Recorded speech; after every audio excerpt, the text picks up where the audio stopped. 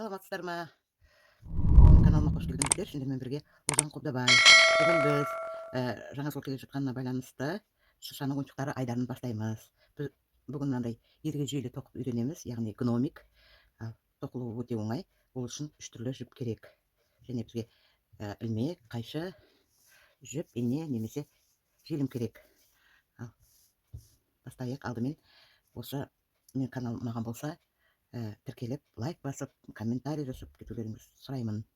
Ал онда бастайық. Ол үшін әуелі біздер ергежейлінің гномиктің бетін тоқып бастаймыз. Мен бұл жерде әртүрлі болсын деп разнообразие сарыдан бастағанмын. Мен енді мынандай бежевый цветпен бастаймын. Ол үшін біздер ғажайып шеңбер жасап аламыз. Ғажайып шеңберімізден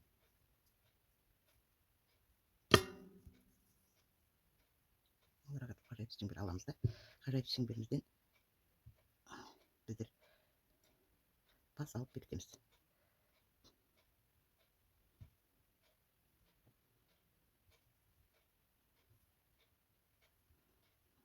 Ғажайып шеңберімізден бас алып бекіттік. Енді осы ортадан шеңберден айналдыра біздер әуел басында екі воздушный петля, яғни жоғарғы көтерме бас алып аламыз. Біреу, екеу. Содан кейін ғажайып шеңберімізден 9 столбик сына киім аламыз. Столбик сына киім дегенімізді осы жаңадан бастап жүрген қыздарға үйретіп кетейін. Ілмегіміздің басына жіп іліп аламыз. Осылай етіп әуелі. Одан кейін мынау шеңберіміздің астынан барып, мына жұмысшы жібімізді көтеріп аламыз. Біздің ілмегімізде 3 жіп болады. 3 жіп болады. Сосын мына жұмысшы жібімізге іліп аламыз да, әуелі мына екі бастан бір бас шығарып аламыз. Сізге көрсетейін деп жатып қалатын. Мына ғажайып шеңберімізді ұстап отырыңыздар. Сізге ыңғайырақ болады. Ілемізде әуелі екі бастан бір басты осылай шығарып аламыз. Ілмегіміздің басында екі жіп қалады. Содан кейін және бір бас іліп алып, осы бастан және шығарамыз. Бұл жаңағы столбик сына киім деп аталады. Осылайша біз 9 столбик сына киім жасаймыз. Осы жерден бақылап қарап отырыңыздар. Бірге тоқып отырған болсаңыздар, бірге тоқи берулеріңізге болады. Ал кеттік.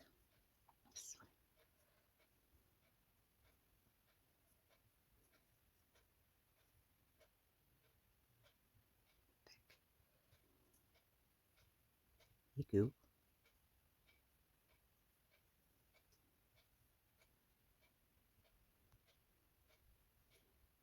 үшеу,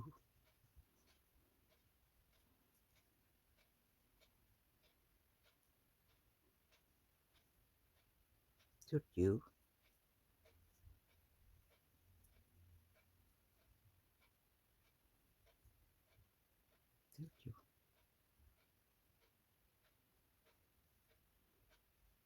бесеу.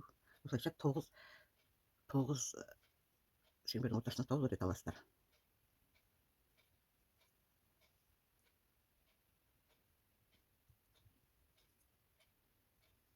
Ал.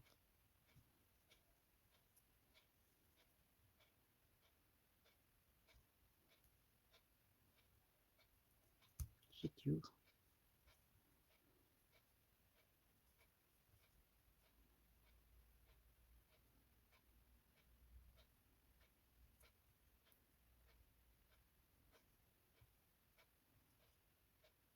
Сегіз. Мынадай ортадағы жіп азайып қалса, кішкене тартсаңыздар кетеді. Мына жіп өтіп қалмасын, себебі кейін тартамыз. Мына бір қалған жіп. 8, 9-шыны аламын.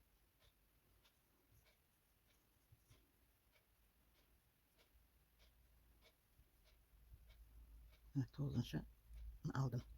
Енді тағы да бізге керек болады, сондықтан да шамалы ғана тартамыз.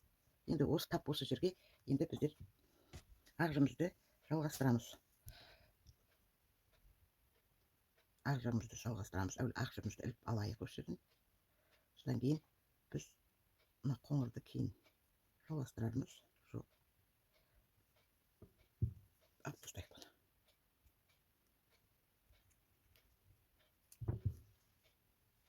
Так. Енді біздердің жібіміз. Мынау ғажайып шеңбердің жібі. Мынау бізде тоқудың жібі. Тоқудың жібін артқа алып қоямыз. Енді біздер осы жерден ақ жіптен 13 мынадай етіп столбик с накидом тоқимыз. Так. Түсінікті ғой. Мына екі жібін бірге алып бара жатырмын мен. Көбейіп кетті енді. Жіптің басы көбейіп кетті. Ilmeğimin bası kışkentay болғандықтан мен алып тастап жатырмын. Мынаны да алып тастайын, ақты да ұстап отырайын.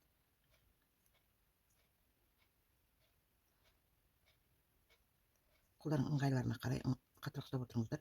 Мен қолыма мән бермеңіздер, өзің аздап мүмкісі бар сондай. Сондықтан кейін тартып ретін келтіреміз. Алып кеттік. Бас іліп алдық, ғажайып шеңбердің ортасынан өткіздік.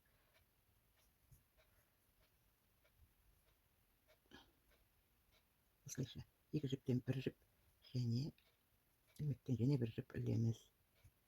Мінекей, ілдік. Ілгеннен кейін кішкене тоқтап, мына ақ жіппен мына біздің күлгін жіпті тартып байлап тастасақ, біздерге аяғымызға оралуға болмайды. Тағы бір рет тартып тастайық. Так. Осылайша етіп мініп енді тез тоқуға болатын. Әуелі екі бастан бір бас шығарып аламыз. Мында екі бас іліп алдық қой. Мен қолымды ашып сендерге көрсетіп отырғасын ыңғайсыз болып жатыр. Содан кейін барып екі бастан және бір бас аламыз.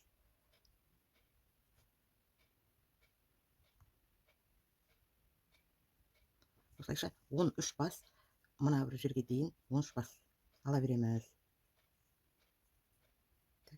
Сосын сендерге тағы бір ескертетін, мына бірінші бастаған жібіміз бар ғой. Желательно соны қосып тоқыңыздар. Кейін тартқанда астында қалып кету керек. Тартқанда мына бір дөңгелекті жабуымыз керек. Мына екі жіптен бір жіп аламыз. Былай аламыз және ортасына өткізгенде мына бастаған жібіңіз ортасына қалып кетсін. Кейін ғажайып шеңберді тартып жапқан кезде керек болады. Бұл қалып кетпесін. Әйтпесе ғажайып шеңберлеріңіз жабылмай қалуы мүмкін. Так, осылайша мен 3 рет алдым және 10 рет, мына жерге дейін әлде де 10 рет осылай столбик с накидом тоқимыз. Мына мен 12-шіні іліп алып жатырмын. 12-шіні алдым. Осыдан кейін кішкене жібімізді молырақ қылып алып, енді шеңберімізді реттейміз. Манағы менің айтқан міне тұр. Қазір мына жерді бекітіп тастайық. Мына түрімізден біз бір петля аламыз да столбик без накида тоқып кетеміз. Мынандай етіп. Содан кейін алып, мына шеңберімізді азайтамыз. Міне түбінде тұр ғой бағана. Осыны шамамыз келгенше жайлап үзіп алмай жібімізді тартамыз. Тартылып келе жатыр. Және тартамыз. Шамаларым келгенше жинақтап. Мынаны қозғалсаңыз жинақталады өзі. Ортасын мейлінше тарлау қылыңыздар, ортасындағы тесікті. Себебі қазір бұл жерден ергежейлінің мұрнын жасаймыз, сол кезде моншағыңыз өтіп кетеді. Міне барымша жасадым мен. Түсіндіңіз ғой. Енді осы жерден біздің мына жібімізді тер жағына қарата шығарып аламыз. Мына шеңберді тартып азайтқан жібімізді былай етіп бері қарата шығарып аламыз. Шетемізде ергежейлінің мұрнын жасаймыз. Ол үшін кішкене ғана моншақ аласыздар. Осы жерге ары қарай өтіп кетпеу керек. Осы жерден мына жіптен моншақ өткіземіз. Қазір уақыт алмаймын, өзім өткізіп шығайын. Ол үшін мен жібімді арасын ашамын, моншақтан өтсін деп. Егер жібіңіз жіңішке болса, бірден өткізіп алсаңыздар болады. Менікі енді ыңғайсыз болады шығар. Қазір мен өткізіп, содан кейін аралықта көрсетемін. Міне мен бір сыңарын өткіздім. Кері жағынан, мынаны ұстап тұрып, кері жағынан біздер бағана жіптерімізді кері қарай шығарып аламыз.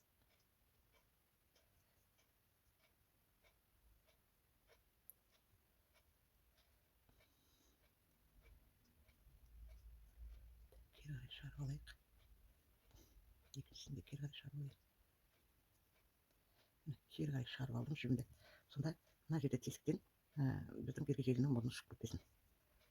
Сөйтіп бірден артындағы жіптердің біреуіне ширатып жіберіп, артындағы жіптердің біреуіне байлап осы жіптерді жасап тастайық.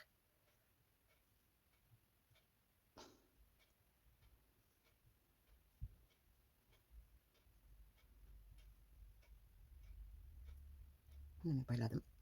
Тесігімнен моншағым шығып тұрған жоқ. Енді жіптерді жасырайын. Енді біздер осы жерден мына жібімізге қайтып келейік. Мына күлгін мен мына ақтың ортасында бір петля болады. Содан бір петля, яғни бір аламыз да бір стол без накида тоқып тастаймыз. Мінекей. Енді кері қарай айналдырамыз. Яғни мынау оң жағы болып есептеледі де, бізде мына жағы сол жағы болып. Сол жаққа қарай айналдырамыз. 3 көтерме бас аламыз, яғни воздушный петля деп аталады. 2, 3 воздушный петля алдық. Одан кейін мына жерде бізде бастар бар ғой. Бір ілмекті тастаймыз. Екінші ілмектен бір жіп алып, содан бір стол без накида алдық. Міне бізде мына жерде доға пайда болды. Орысша айтқанда арка пайда болды. Міне арка пайда болды осындай. Осылайша біздер мына соңына дейін 6 доға жасап шығаруымыз керек. Мына жерден және 3 көтерме бас аламыз. 1, 2, 3. Одан кейін бір ілмек тастап, келесі ілмектен бір бас алып, екі бастан бір бас шығарамыз. Яғни столбик без накида деп аталады. Қайтадан 3 бас аламыз. Жоғарғы көтерме 2, 3. Одан кейін бір ілмек тастап, келесі ілмектен аламыз да, екі бастан бір бас шығып, столбик без накида жасаймыз. Осылайша міне сіздер көріп отырған 1, 2, 3 менде доға пайда болды. Осылайша соңына дейін 6 доға пайда болады. Болу керек 6. Санап оқи беріңіздер. 1, 2, 3. Осылайша кете береміз. Бір ілмек тастап, келесі ілмектен аласыздар. Енді осы жерден мынағыдай 3 көтерме бас аламыз. 1, 2.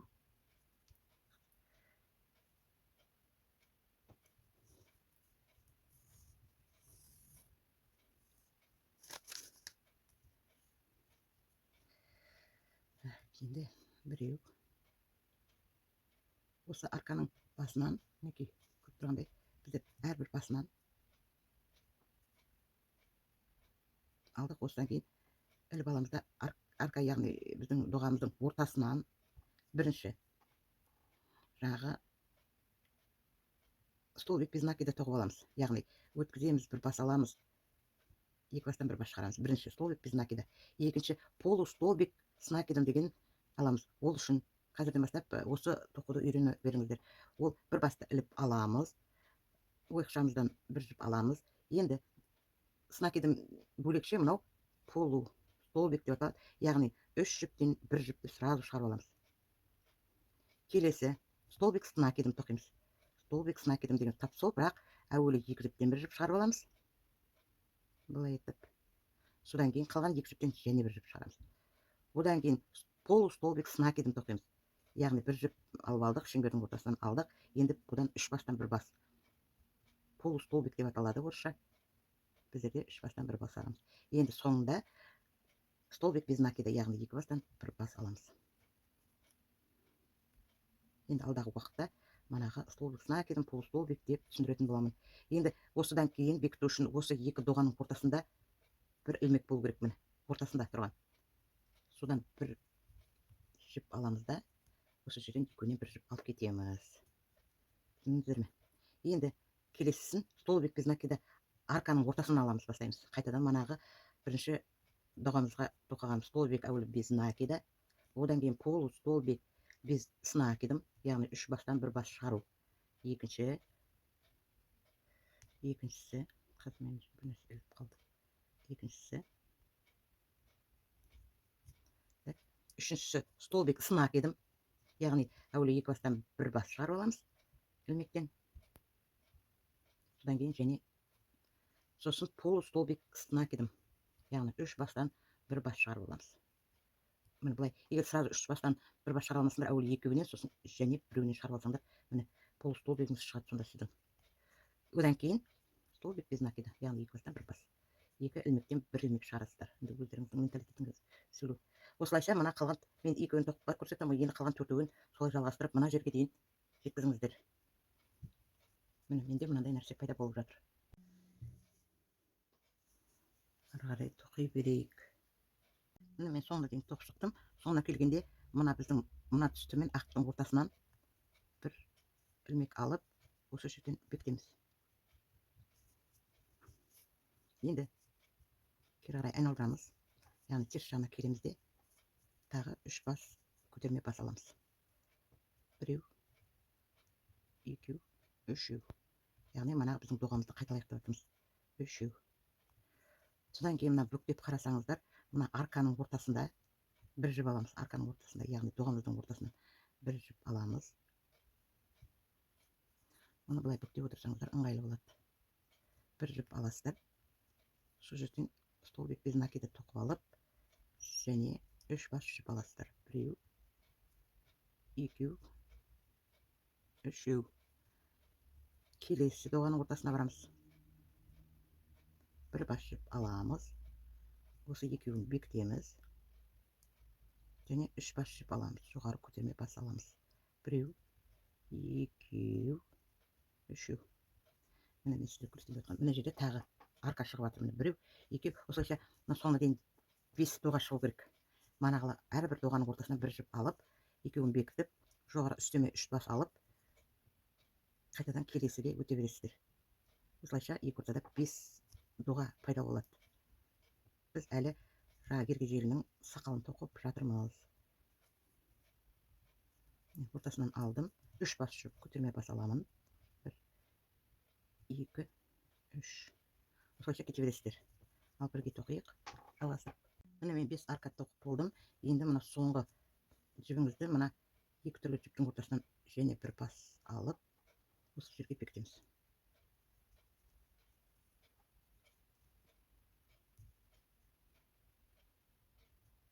Қаттырақ бекіткенде мен сіздерге көрсетіп шығайын. 1, 2, 3, 4, міне 5 арка шықты менде. Осы 5 арканы, мінекей, былай айтсаңыздар көрінеді. Осы 5 арканы біздер қазір қайтадан манағы арка сияқты қылып, яғни манағы доға сияқты қылып тоқып шығамыз. Яғни естеріңізге салайын. Ең бірінші доғаның ішінен бір бас аласыздар, бекітесіздер, яғни столбик без накида.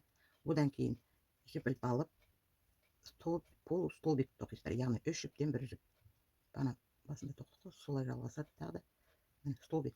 Одан кейін жіп іліп аламыз, столбик с накидом тоқимыз, яғни әуелі 2 жіптен бір жіп шығарамыз. Әуелі 2 жіптен бір жіп шығарамыз. Содан кейін 2 жіптен және бір шығарамыз. Яғни бұл столбик с накидом болып аталады. Келесі полустолбик. 3 жіптен бір жіп шығару. Егер сіздерге ыңғайсыз болса 2 жіптен осылай бір жіп, содан кейін өткізіп алсаңдар. Одан кейін бізде тек қана бас жіп алмай, столбик без накида тоқисыздар. Екі арканың ортасында бір жіп алып, столбик без накида тоқисыздар. Одан кейін арканың ішінен аласыздар, столбик без накида. Одан кейін жіп іліп аламыз да, полустолбик с накидом, яғни 3 жіптен бір жіп шығару.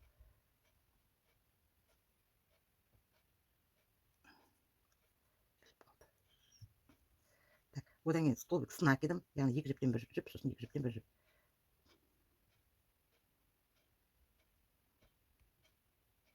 2 жіптен бір жіп. Сосын мына 2 бастан және бір бас. Енді полустолбик қайтадан 3 жіптен бір жіп. 3 ілмектен бір ілмек. Сосын без накида тек іліп алып 2 жіптен бір жіп шығарасыздар. 2 арканың ортасынан, яғни 2 доғаның ортасынан бір рет аласыздар.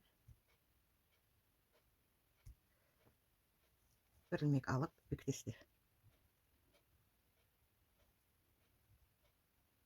Мынандай етіп бекітесіздер. Түсінікті. Сонда қайтадан мынандай болып шығады. Соңына дейін 5 доғамызды осындай етіп шығарып аламыз. Соңына дейін бірге тоқиық. Мен соңғы доғаны тоқып жатырмын. Бірінші столбик без накида, екінші полустолбик. Полустолбик, яғни 3-тен бір бас аламыз. Енді столбик с накидом. Әуелі 2 бастан бір бас алып аламыз. Содан кейін және бір рет шығарып аламыз. Содан кейін полустолбик тағы бір рет. Тағы бір рет полустолбик, яғни 3 бастан бір бас шығарып аламыз. Сосын без накида тоқимыз бір столбик. Міне, мен 5-еуінен де іліп алдым. Сіздерге анық болсын. 1, 2, 3, 4, 5. Міне 5-ші міне жақта тұр. 5. Енді осыны осыны біздер мына жерден мына екі түсті ортасынан жіп аламыз да бекітеміз. Бекітеміз. Сонда мынадай сақал шықты оң жағынан қарасаңыздар. Мына жерде манағы нем түсіп қалыпты, қазір бекітемін. Так, бұл жіпті енді қиып тастауға болады, ақ жіпімізді. Енді мынаға жалпы түсіндіріп өтейін. Бағана мына жерден біздер моншақ өткізуге, мен моншағымды өстіп шала байлаған болуым керек. Қазір қайтадан байлаймын. Мынау жаңа ергежейлеріміздің, номигіміздің сақалы екі қабат болып тұрған, көтеріліп тұрады. Соның ішінде біз доғаларды екі рет тоқып шықтық. Енді қазір бас артық жіптерін жасырып, мына моншағымды қайтадан өткіземін. Моншақ кішірек шамаларың келсе үлкендеу болу керек. Менде қазір қолымда мына моншақ болып тұр. Бұны әншейін жіппен де өткізіп алып, осы жерге не істеп қоюларыңызға болады. Тігіп, немесе клеймен жабыстырып қоюларыңызға болады, қозғалып кетпес үшін. Одан кейін бізде кейін екі көзін жасаймыз, оны соңғы жағынан көрсетемін. Ал қазір реттеп алайын мен мынаның жаубыраған жіптерін, содан кейін осы неміз біткен, ағамыз біткен жерден жібімізді аламыз, көк жібімізді. Манағы айтқандай, ол өзіңіздің талғамыңыз, қызыл бола ма, сары бола ма, бұл ережелінің келпегін немен жасайтын. Сондықтан осы жерден және бір бас алып, бұл жерден столбик без накиді тоқып аламыз. Ары қарата біздер 6 бас столбик без накиді тоқимыз. Біреу.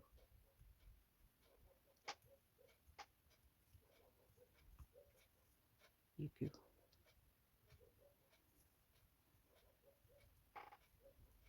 Үшеу.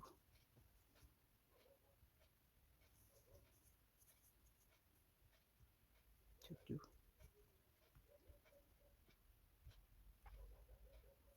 Бесеу. Алтау.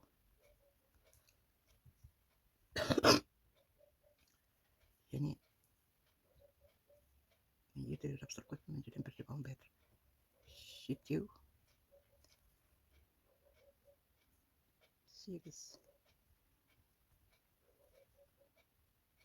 Мына жерден соңғы бастан 9 болады бізде. 9 бас шықты. Кері айналамыз.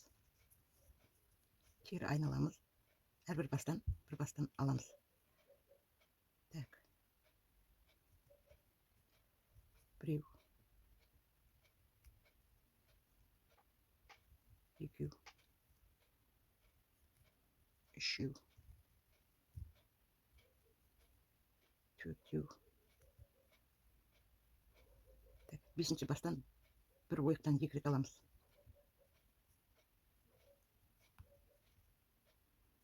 Алтыншы.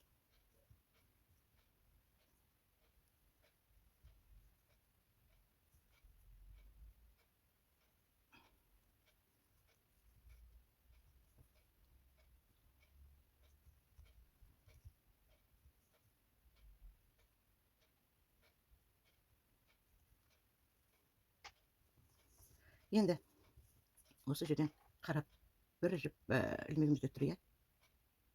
Келесіден бір жіп іліп аламыз, келесіден бір жіп іліп аламыз. Яғни енді жайлап тепегінің 3 бастан бір бас аламыз. Келесілерін бір бастан аламыз. Соңына дейін 1, 2, 3,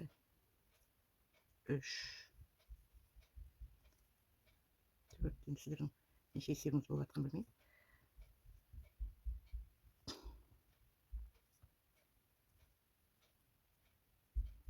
Соңғы міне 2 петля қалғанша, 2 бас жіп қалғанша осылай етеміз. Және бір рет аламыз. Енді манағыдай 2 рет жіп алып, біз жіп қысқартамыз. 3 бастан бір бас аламыз. Келесі кері қарай айналдырамыз. Қайтадан 3 бастан бір бас аламыз. Біреу, екеу. Келесілерін өзіне өзін тоқимыз. Бір бас алып, 2 бастан бір бас. Сосын санап отырамыз. Соңында 2 бас жіп, яғни 2 ілмек қалғанша осылай тоқимыз да, соңғы 2 ілмекті қосып 3 бастан мына басынан да қысқартамыз. Енді уже қысқарту басталды. Осылайша жоғарға кері айналып, кері айналып, осылай біздің ергежейліміздің бас киімін тоқимыз. Біреу, мына жерде екеу. 3 бастан бір бас аламыз. Кері қарай айналамыз. Енді 3 бастан бір бас аламыз. Біреу, екеу. мына жерде уже 3 бас қалыпты. 1 рет аламыз, сосын 2 бас жіптен 1 бас аламыз. Біреу және біреу қалыпты. Біреу осы 3 бастан 1 бас жіп аламыз.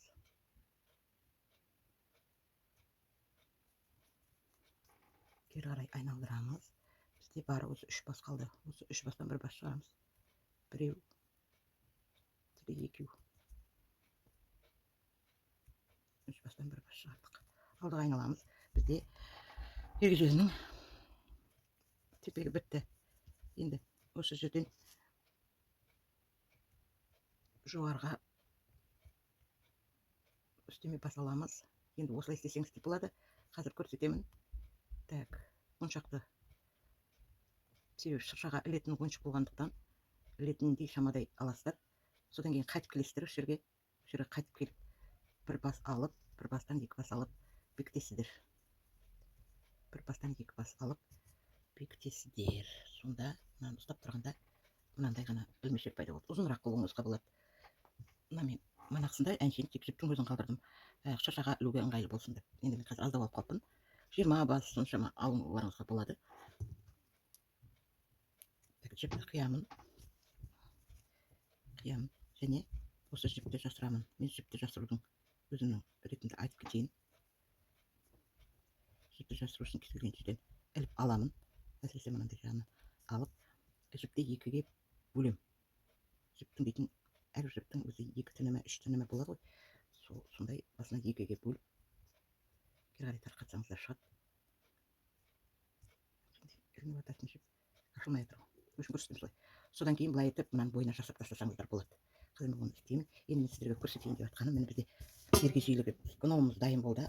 Неге шыршаға нетесін. Енді бір момент осы жерге қолдан мындай бөбеншік жасауға болады. Оны бөбеншікті қалай жасайды, мен жобалап көрсетейін. Ол үшін кез келген 2 осындай дөңгелек қағаз, 2 қабат қағаз дайындап аласыздар. Соған бір жіпті беліне тастайсыздар, мынандай қылып. Сосын жіптеріңізді орайсыздар. Осы жіпті жақсы етіп байлап аласыздар да.